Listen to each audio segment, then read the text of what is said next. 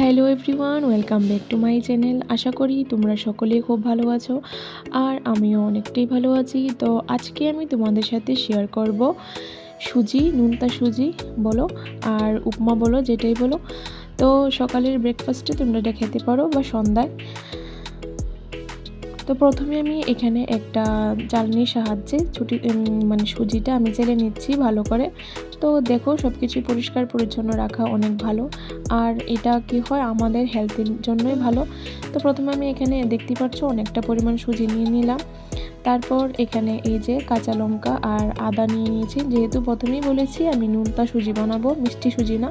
তো আমি এখানে আদা আর কাঁচা লঙ্কা নিয়েছি, আর আদাটা একদম কুচি কুচি করে নিয়েছি, আর এখানে কালো জিরা রয়েছে, কালো জিরা নিয়েছি। তারপর আমি এখানে প্রথমে এই যে সাদা তেল দিয়ে দিলাম। সাদা তেলের মধ্যে এখন কালো জিরাটা দিয়ে দিয়েছি। তেলটা গরম হয়ে যাওয়ার পর এই যে দেখতেই পাচ্ছ। তো কালো জিরাটা হয়ে গেলে আমি এটাতে দিয়ে দেব পেঁয়াজ, কুচি করা পেঁয়াজ আর আদা দিয়ে ভালো করে নাড়াচাড়া করে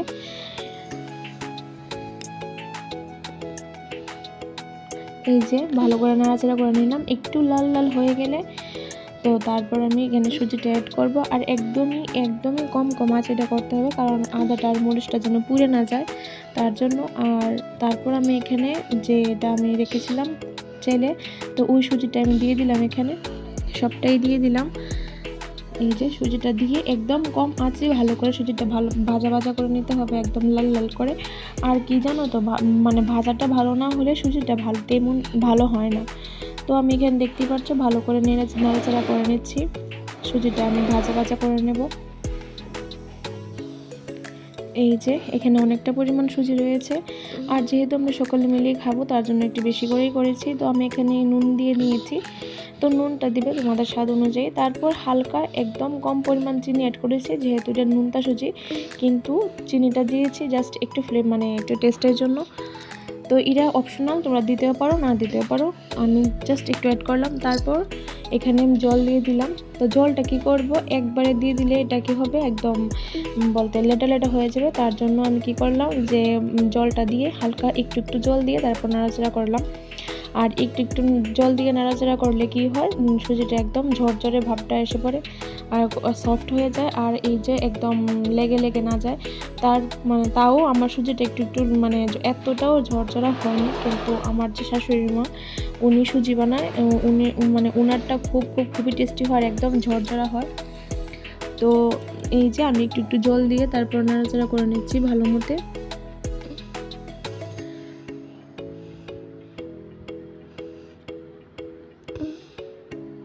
তো এটা কি করতে হবে, ভালোভাবে নাড়াচাড়া করে ভালোভাবে মিশাতে হবে জলটার সাথে, আর না কন্টিনিউ নাড়তে হবে। তাহলে কি হয়, ঝরঝরে ভাবটা চলে আসে। আর না হলে কি হবে, লেগে যাবে, একদম কি বলবো, লেটা হয়ে যাবে। তো খেতে একদমই ভালো লাগবে না, তার জন্য। তো এটা হয়ে গেছে। তো আমি লাস্টে এখানে 2 চামচ ঘি অ্যাড করেছি। এই যে 2 চামচ ঘি অ্যাড করেছি। তো তোমরা অবশ্যই এই রেসিপিটা ট্রাই করো বাড়িতে, ভীষণ টেস্টি হয়।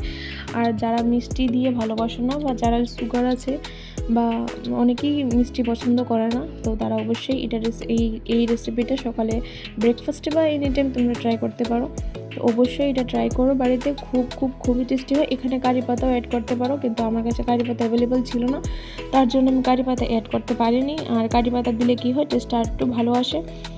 তো এই যে আমি ঘিটা দিয়ে ভালো করে মিশিয়ে নিচ্ছি সব সুজির গায়ে, যাতে ঘিয়ের স্মেলটা ভালো করে আসে। তো একদম আঁচটা আমি কমিয়ে নিয়েছি এখন, যাতে সুজিটা লেগে না যায়, কারণ জলটা শুকিয়ে গেছে তার জন্য। তো এখন রেডি হয়ে গেছে এই যে সুজি। তো আমারটা এতটাও ঝরঝরা হয়নি, কারণ আমি আমার এই রেসিপিটা শাশুড়ি মায়ের থেকে শিখেছি। তো শাশুড়ি মা কি বলবো, ওনার মতো তো হয়ই না, উনি অনেক টেস্টি বানায়। তো ভালো লাগলে শেয়ার করে দিও, লাইক করে দিও।